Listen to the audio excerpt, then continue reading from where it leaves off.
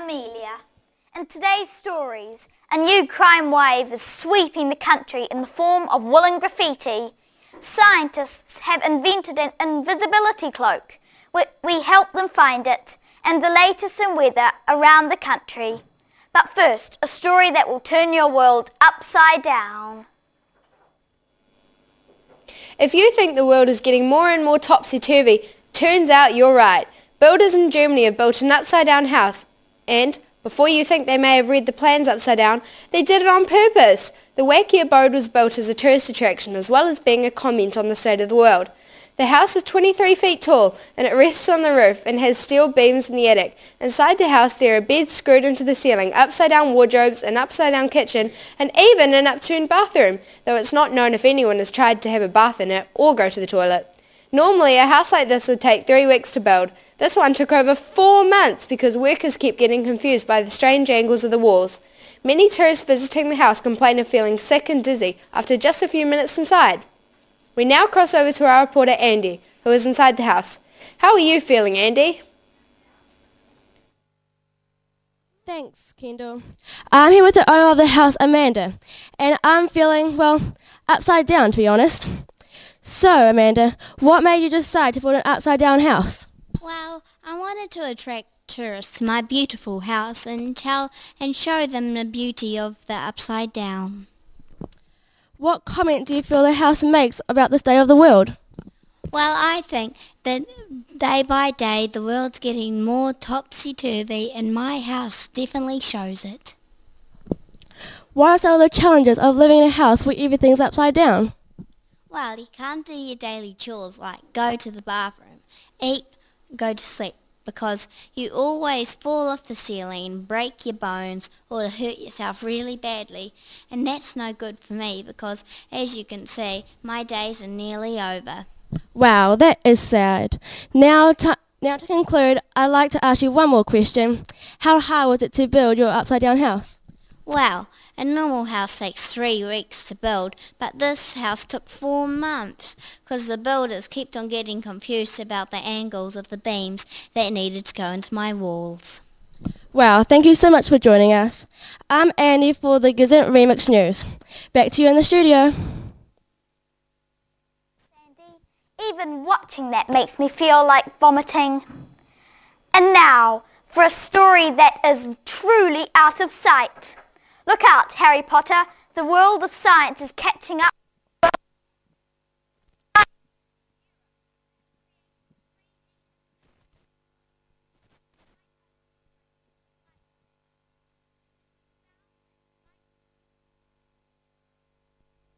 Tiny crystals that make objects disappear. So far, scientists have made small objects, such as coins, disappear, but hope that it won't be long before they are hiding cars, planes, and even people. People have always dreamed of making themselves invisible. One top scientist says, the possibilities are endless, and we are very excited. However, since inventing the invisibility cloak, the scientists have been having trouble finding it. As soon as we put it down somewhere, it just disappears, the inventor of the cloak said. It appears that they are having trouble finding other things too, like their lunch, which they think may be underneath the cloak. What will this invention actually be used for? Hoping to see through the reasons behind the invisibility cloak, here is our on-the-spot recorder, Tyler, with more on the story.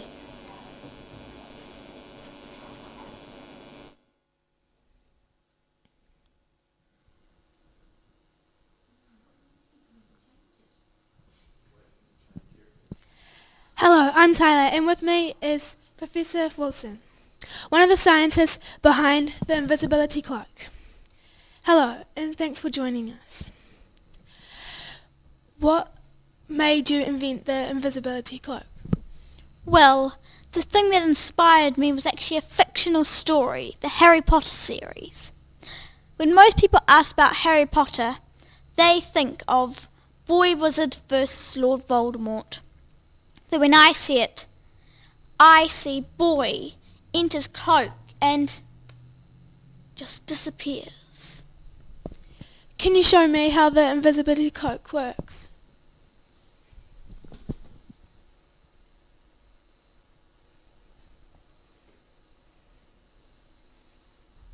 What do you hope the cloak will be used for? Well, I hope to open a factory to produce them large scale and make them in a larger size so we could maybe even cover cop cars so they can chase criminals in secret. Do you recommend students wearing the cloak? Certainly not! That's one of the worst thoughts ever. Young hooligans running around invisible, committing petty crime and practical jokes. Well, that makes it very clear. Thanks for joining us. Back to you in the studio. Well, that makes things very clear. Thanks, Tyler. And now, here's this for an interesting yarn. A new wave of graffiti crime is covering the country thanks to an underground gang known as the Midnight Knitters. These wool-waving criminals are covering tree branches and lampposts with small jerseys and scarves under the cover of darkness.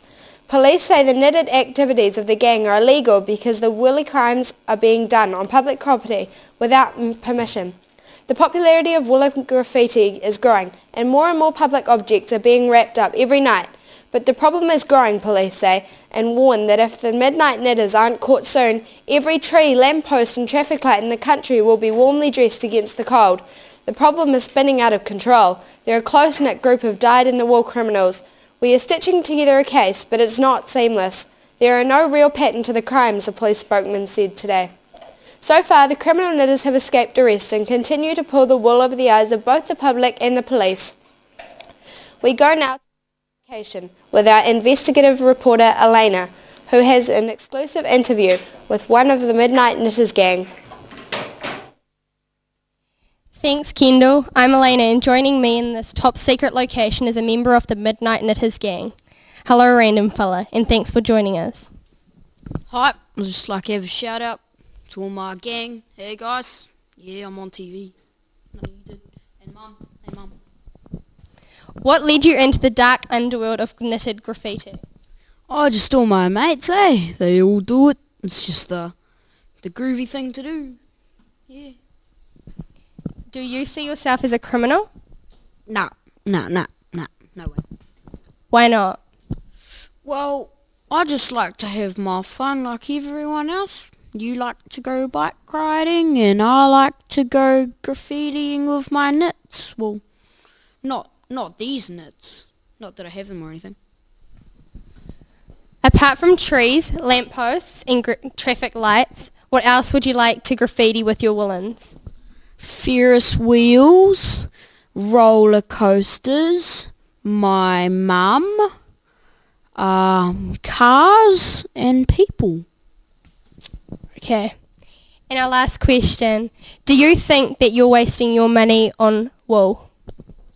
No, but because, well, I've got a step uncle and he's got really hairy toes, so every 2 days I have to shave his toes, and after that 2 days I could make this one scarf. If you'd like one, they are $5.99. Call me on 333-777, 5 a.m. to 7 p.m. Thanks for your time, random fella of the Midnight Knitters gang. We now go over to Sophie with the weather update.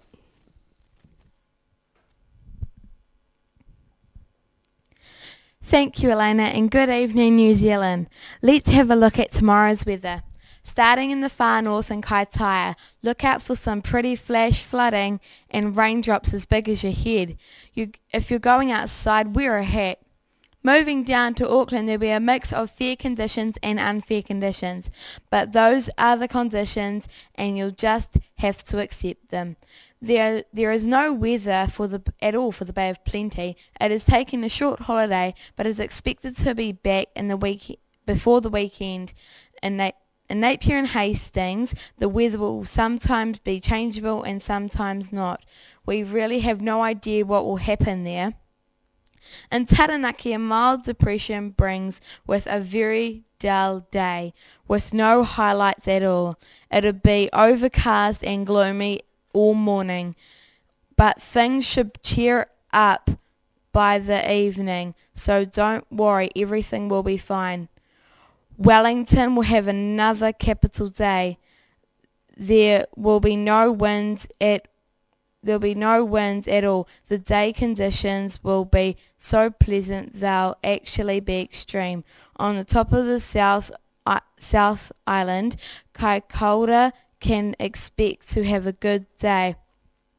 Meeting friends for lunch, going for a swim and reading the newspaper, but try to stay indoors as the weather will be just terrible. A real mix for Christchurch, which will have some unresponsible rainfall, some sensible wind and moderate thunderstorms, and some very angry snow. And in the lower south, Dunedin will have frosty, cold and unfriendly until late morning, when the sun will pop over for a visit. Everybody likes the sun. That's all from me. Remember that it's raining outside. That's the weather.